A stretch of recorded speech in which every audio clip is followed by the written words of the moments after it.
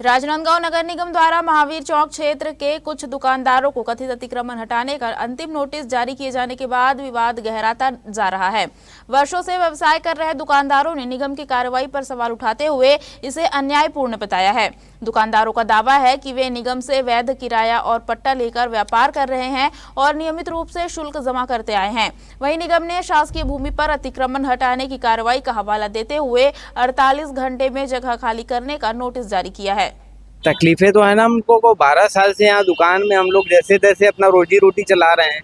4 by 4 feet की दुकान है, 4 बाई 6 की, उसमें एडजस्ट कर रहे हैं। धूप है, बरसात है, ठंड है। हम तो निगम प्रशासन को आज तक परेशान करने नहीं आए कि हमको अच्छी दुकानें दो, भला फैसिलिटी दो। 12 साल में हम परेशान नहीं करे। अब वो 3 दुकानों के लिए आप 8 दुकानों का पेट्रोजी मार के गलत कर रहे हो। किस तरीके से व्यवस्था बनाई जा सकती किस तरीके की व्यवस्था? हमको ये दुकानें ठीक है, आपको ऐसा कुछ लगता है हम किराया भी देने के लिए तैयार हैं। हम तो हर चीज से सहमत है। बाकी वो 3 दुकानों के नाम से आप 8-10 लोगों का पेट मार रहे हो, ये गलत है। हमारे अतिक्रमण है ही नहीं ना, उनसे पट्टे वाले हैं और किराएदार है, तो हटाने का सवाल ही नहीं होता। पहली चीज तो दुकानें जब बनी थी हमने ऑब्जेक्शन उठाए थे, किसी ने सुना नहीं। और जब कॉम्प्लेक्स जब बना था ऑब्जेक्शन हमने हाईकोर्ट से आदेश हुआ था, हमने केस लड़े थे। तो नगर निगम से जबलपुर से हम कोर्ट लड़े थे केस हाई कोर्ट से, तो हमको ये हुआ था कि आपसे समझौता कर लो। तो आपसे समझौता हुआ था नगर निगम से, तो हमको 6 बाई 6 का 24 दुकान को दिया गया था, अलर्ट किया गया था। कितने दुकानों को नोटिस मिला? अभी मिला 5-7 दुकानों को मिला नोटिस। दरअसल मामला वार्ड क्रमांक 25 महावीर चौक क्षेत्र का है, जहां नगर निगम ने 22 जुलाई 2026 को कुछ दुकानदारों को कथित अतिक्रमण हटाने का अंतिम नोटिस जारी किया है। नोटिस में 48 घंटे के भीतर शासकीय भूमि से अतिक्रमण हटाने के निर्देश दिए गए हैं। कार्रवाई नहीं करने पर निगम अधिनियम के तहत निर्माण हटाने और खर्च संबंधित व्यक्ति से वसूलने की बात कही गई है।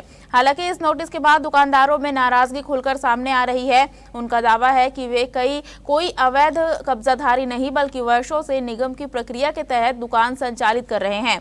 दुकानदारों का कहना है कि उनके पास किराया जमा करने की रसीदें, पट्टे से जुड़े दस्तावेज और अन्य प्रमाण मौजूद है। इस संबंध में दुकानदारों का सवाल है कि अगर वे इतने वर्षों से अवैध थे तो फिर निगम ने उनसे किराया और शुल्क किस आधार पर वसूला। उनका कहना है कि प्रशासन को कार्रवाई से पहले दस्तावेजों की जांच करनी चाहिए, क्योंकि अचानक दुकान हटने से सिर्फ एक ठेला या दुकान नहीं हटेगी बल्कि कई परिवारों की रोजी रोटी प्रभावित होगी। फिलहाल महावीर चौक के दुकानदार निगम प्रशासन से राहत की उम्मीद लगाए बैठे हैं। उनका कहना है कि पहले दस्तावेजों की निष्पक्ष जांच हो, उसके बाद ही कोई कार्रवाई की जाए। वहीं मांग पूरी नहीं होने पर दुकानदारों ने लोकतांत्रिक तरीके से आंदोलन की चेतावनी दी है। नगर निगम की जो दुकानें हैं सर्वेश्वर दास स्कूल के सामने,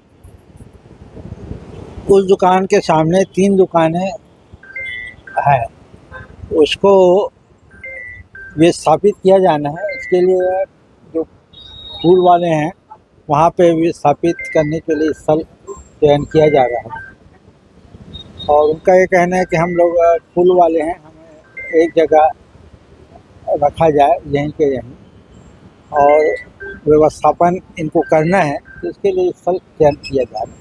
सर, पहले व्यवस्थापन नहीं हो पा रही है, ऐसे में दुकानदार जो है वो काफी नाराज है।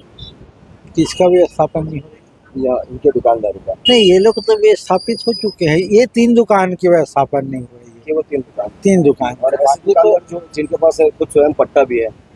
नहीं, उन्हीं का तो बात कर रहा हूँ ना। ये जो बात हो रही है ना, इनके पास पट्टा है। क्यों भाई? जी, पट्टा है। तो इन लोगों को ही व्यवस्थापन करना है। जिनके पास पट्टा नहीं है तो उनको अपने का कोई वो व्यवस्थापन क्यों करेंगे? उनको